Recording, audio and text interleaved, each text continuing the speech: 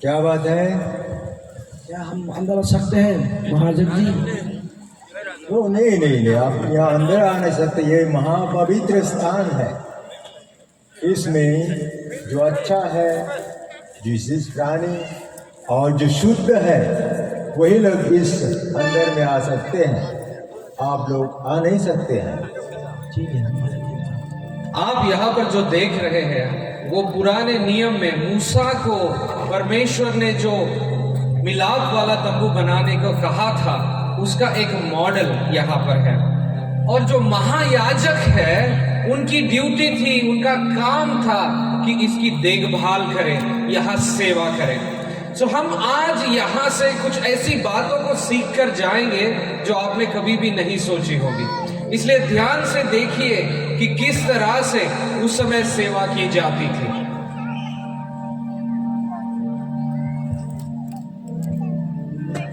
महायाजक जी, जी बोलिए। मुझसे बहुत बड़ा पाप हुआ है, तो पापों की क्षमा के लिए मैं क्या करूं?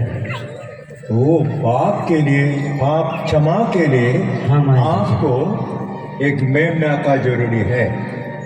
जब तक आप मेमना नहीं लाएंगे, बलिदान कैसे होगा? और बिना बलिदान में कैसे पाप क्षमा हो सकता है? इसलिए आपको यहाँ आने के पहले आपके साथ मेमना का जरूरी है। जी महाराज जी। धन्यवाद।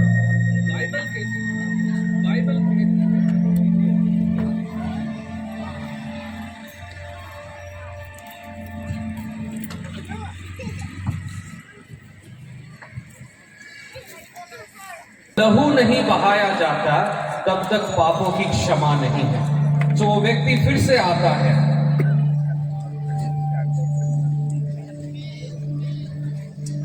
महायाजक जी, जी आपने कहा था, जी। तो उस मेमना को मैंने लेके आया है। अच्छा, बहुत धन्यवाद है।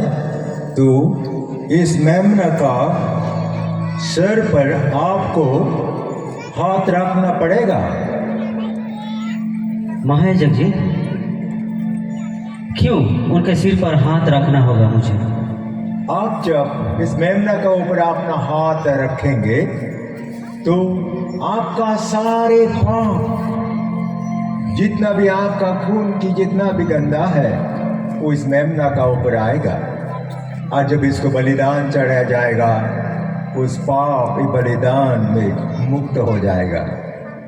इसलिए आइए, हाँ जी मेमना महाराज। को तैयारी कीजिए और मैं सर्वशक्तिमान परमेश्वर की वेदी पर इस मेमना का खून मैं उसको चढ़ाऊंगा और आपका पाप सब क्षमा हो जाएगा। हाँ जी। आपने सुना होगा और हम गाते भी हैं कि परमेश्वर की पवित्र वेदी पे, परमेश्वर की चोखी वेदी पे अपने हृदय को चढ़ाता हूं। लेकिन क्या आपको पता है कि पुराने नियम में किस तरह से पापों की क्षमा मिलती थी? इस तरह से जब कोई व्यक्ति पाप करता था तो वो मंदिर में जाता था एक मेमने को लेकर और वहां पर बलिदान करता था और फिर उसे अपने पापों की क्षमा मिलती थी। ओह महायाजक जी, मैंने जो पाप किया था, आज क्षमा के लिए मैंने जो एक मेमना लेके आया, और अगर मुझसे पाप हो जाता है तो मैं क्या करूं? प्रति बार जब पाप होता है, उस पाप क्षमा के लिए फिर मेमना लेके आना पड़ता है। तो महायाजक जी, कितना बार करेंगे इस प्रकार? जितना बार पाप होगा उतना ही बार इसको करना पड़ेगा। आप सोचिए कि जितने बार व्यक्ति पाप करता था, गलती करता था, उतने बार, हर बार एक मेमने को या कबूतर को या किसी चीज को लेकर जाता था ताकि उसके पाप की क्षमा हो जाए। लेकिन बाइबल कहती है कि यीशु मसीह ने आपके लिए और मेरे लिए जान दे दी क्रूस पर। एक बार सारी दुनिया के लिए उसने अपनी जान दे दी ताकि हमें बार बार पापों की क्षमा के लिए किसी मेमने को, किसी बकरे को, किसी पक्षी को लेकर ना जाना पड़े, लेकिन यीशु मसीह एक बार मरा और हम सब के लिए मरा ताकि हम सब के पापों को वो क्षमा कर सके। महायाजक जी, जी आपने जो मेमने का बलिदान किया और उसके बाद आपने क्यों धोया? जो पाप है उस पाप से शुद्धता के लिए मैंने इस पानी से मैंने धो लिया है। आप पाप शुद्ध हुआ। आप आइए, परमेश्वर को उजाला में हम चले और हम परमेश्वर के उजाला को हम प्रकाश करें। आपने देखा, सबसे पहले हमारे जीवन में भी उद्धार पाने के लिए उस जगह जहां परमेश्वर की उपस्थिति है वहां तक पहुंचने के लिए बड़े जरूरी था कि पहले बलिदान दिया जाए। बलिदान देने के बाद शुद्धिकरण हो।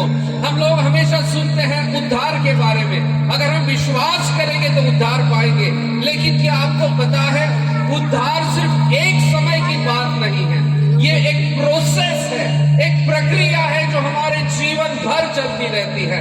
सबसे पहले यहाँ पर बलिदान करने का मतलब है कि परमेश्वर हमें धर्मी ठहराता है। यीशु मसीह पर जब हम विश्वास करते हैं तो हम धर्मी ठहराए जाते हैं और उसके बाद हमारे जीवन में शुद्धिकरण का एक प्रोसेस, एक प्रक्रिया शुरू हो जाती है। महायाजक जी, यहाँ पर क्यों जलाया जाता है? ये एक प्रकाश है, जो प्रकाश परमेश्वर ने सारे पृथ्वी के लिए जो प्रकाश देता है कि परमेश्वर सृष्टि करता, परमेश्वर शुद्धता है, परमेश्वर क्षमा देने वाले, सबको क्षमा का जरूरी है।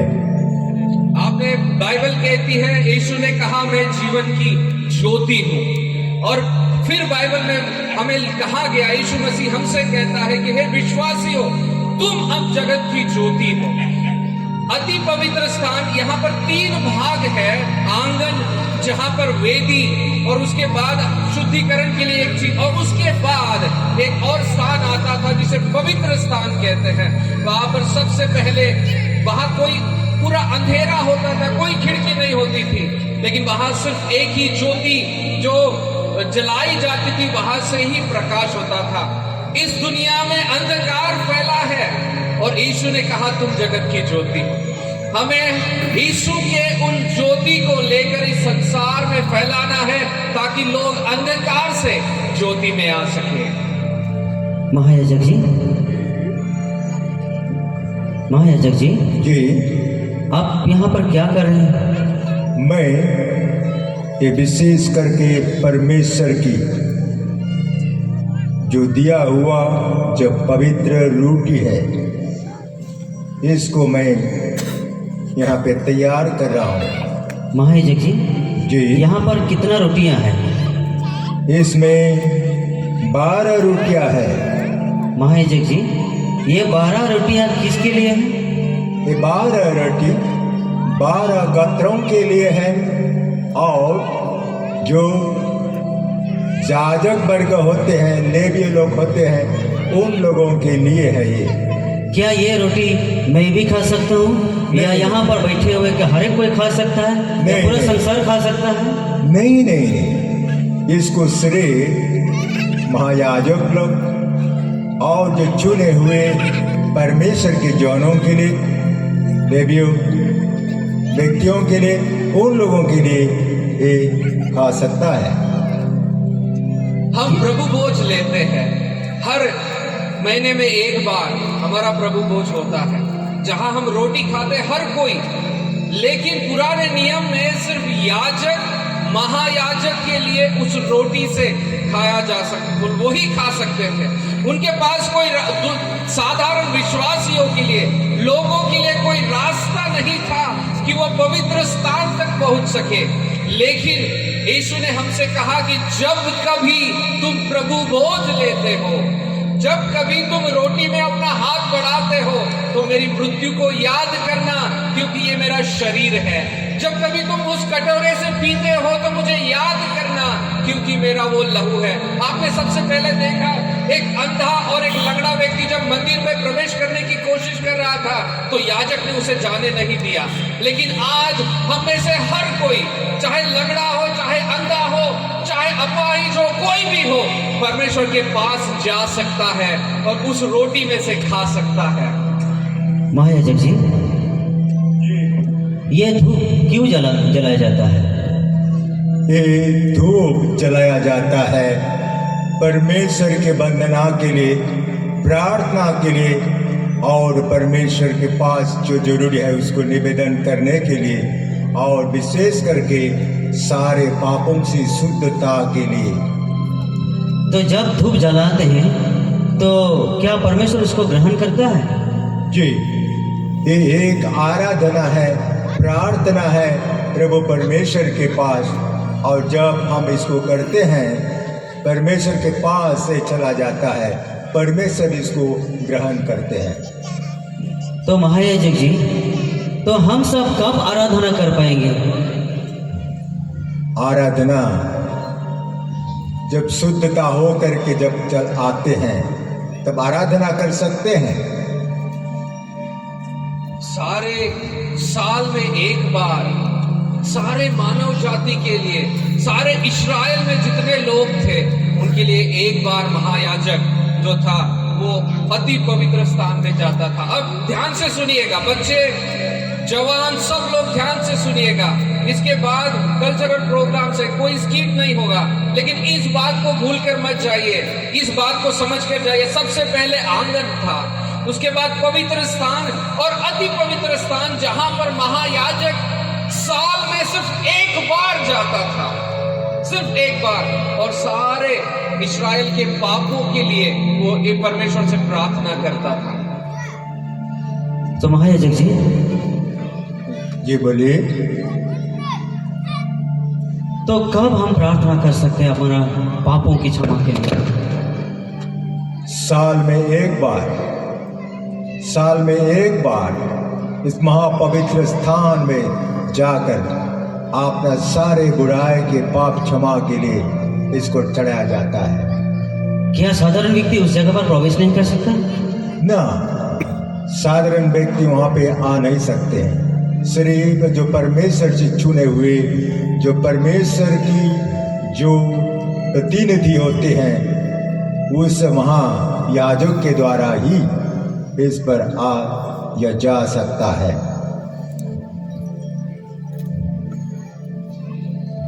तो हम चले इस प्रार्थना में। तो इस प्रार्थना में जाने के पहले जो अशुद्ध है या कोई अशुद्ध हो जाता है, उनके लिए पवित्र स्थान पे जाना एक कठिन है। इसीलिए मैं इस समय इस पवित्र स्थान पर जाने के लिए मैं तैयारी कर रहा हूं। और इसीलिए अभी विशेष करके ये एक रस्सी है, इसको मेरे कमर में बांध दीजिए। और जब कोई आवाज नहीं मिलेगा, कुछ आवाज नहीं आएगा मेरा, तो आप लोग सोचिए मैं अंदर महापवित्र स्थान पर मैं गिर गया हूं या मर चुका हूं। और उस समय आप इस रस्सी को पीछे से खींचकर मुझे टान लीजिए पवित्र स्थान से। जी महायाजक जी।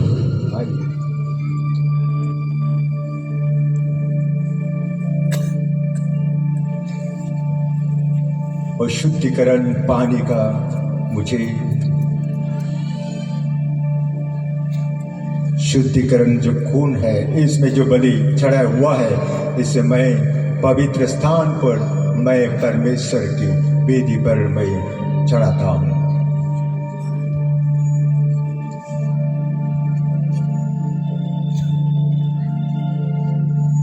सो आपने देखा कि महायाजक यहाँ पर एक्सप्लेन कर रहे, बता रहे हैं कि अति पवित्र स्थान में जाने से पहले उनके कमर पर एक रस्सी बांध दी जाती थी, क्योंकि अगर उनमें थोड़ा सा भी पाप है तो वो परमेश्वर की उपस्थिति में मर जा सकता था।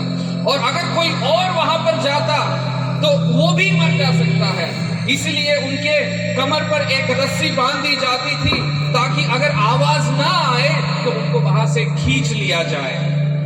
यहाँ जो जिन अभी महायाजक सारे इस्राएल के लिए इस तरह से प्रार्थना करते थे। अब एक बात आप ध्यान से सुनिए जो हम अभी समाप्त करने जा रहे हैं, एक और बार मैं इसे एक्सप्लेन करने की कोशिश करूंगा। एक मसीह के जीवन में स्वर्ग तक पहुंचने का जो रास्ता है, परमेश्वर तक पहुंचने का जो रास्ता है, परमेश्वर की उपस्थिति में जाने के लिए सबसे इंपॉर्टेंट, सबसे महत्वपूर्ण चीज जो थी वो थी बलिदान। यहां उसे एक मेमने को लेकर आना पड़ता था ताकि वो अपना हाथ उसके ऊपर रखता था और फिर उसे बलिदान किया जाता था ताकि उसके पापों से उसको क्षमा मिले। आज हम ये सब नहीं करते, हम चर्च में कोई बकरा या कोई मुर्गा लेकर नहीं जाते, हम अपने आप को लेकर जाते। इसलिए तो गीत गाते हैं, इसलिए तो हम गाते हैं कि परमेश्वर के पवित्र वेदी पर मैं अपने आप को चढ़ाता हूं। आप जरा सोच के देखिए, अगर पुराने नियम की तरह आज भी करना पड़े तो उसका मतलब क्या है? हमको इस वेदी पर मरना पड़ेगा। लेकिन अब उसकी जरूरत नहीं है, क्योंकि बाइबल कहती है कि सारे मानव जाति के पापों के लिए परमेश्वर ने अपने एक लौते पुत्र यीशु मसीह को भेज दिया ताकि उसके लहू के द्वारा, उसके मरने के द्वारा हमारे पापों की क्षमा हमको मिल सके। लेकिन वहां पर खत्म नहीं होता, हमें भी मरना जरूरी है ताकि परमेश्वर में हम जिलाए जाए। हम कैसे मरते हैं? जब हम यीशु मसीह के उस बलिदान पर विश्वास करते हैं कि परमेश्वर ने उसके पुत्र को मेरे लिए भेजा, और हम ये विश्वास करते हैं कि यीशु तो क्रूस पर मरा और मेरे पापों को अपने ऊपर ले लिया, और जब हम पश्चाताप करते हैं और हम अपने दिल को बदलते हैं, तब हम पुराने जीवन के लिए मर जाते हैं और नया जन्म पाते हैं पश्चाताप करने के बाद। विश्वास करने से नहीं, क्योंकि दुष्ट आत्माएं भी विश्वास करती है कि यीशु मसीह परमेश्वर है। लेकिन सिर्फ विश्वास नहीं, विश्वास करने के बाद पश्चाताप करके जब हम अपने मर जाते हैं पुराने जीवन के लिए और एक नया जीवन शुरू करते हैं, उसके बाद जो शुरू होता है वो है हमारा शुद्धिकरण। नया जन्म पाने के बाद हम अपने जीवन में बदलते जाते हैं, बदलते जाते हैं, बदलते जाते हैं। यीशु मसीह की ज्योति को हम अपने जीवन में लेते हैं, उसके वचन को पढ़ने के द्वारा, उसको खाने के द्वारा।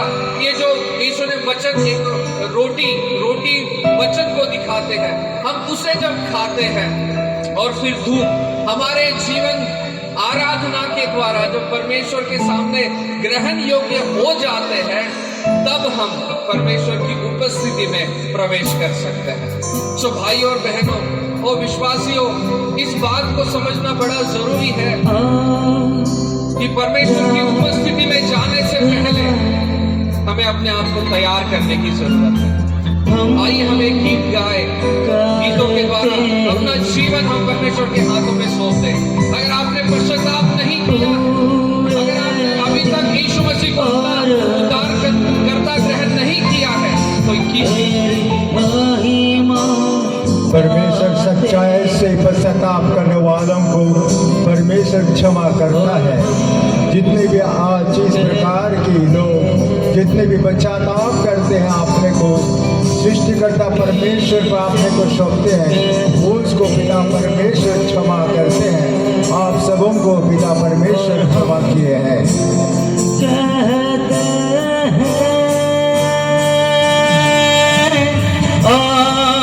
प्रभु यीशु मुझ में हो तेरी महिमा, प्रभु यीशु मुझ में हो तेरी महिमा। सब कोई अपने अपने स्थान पर खड़े होकर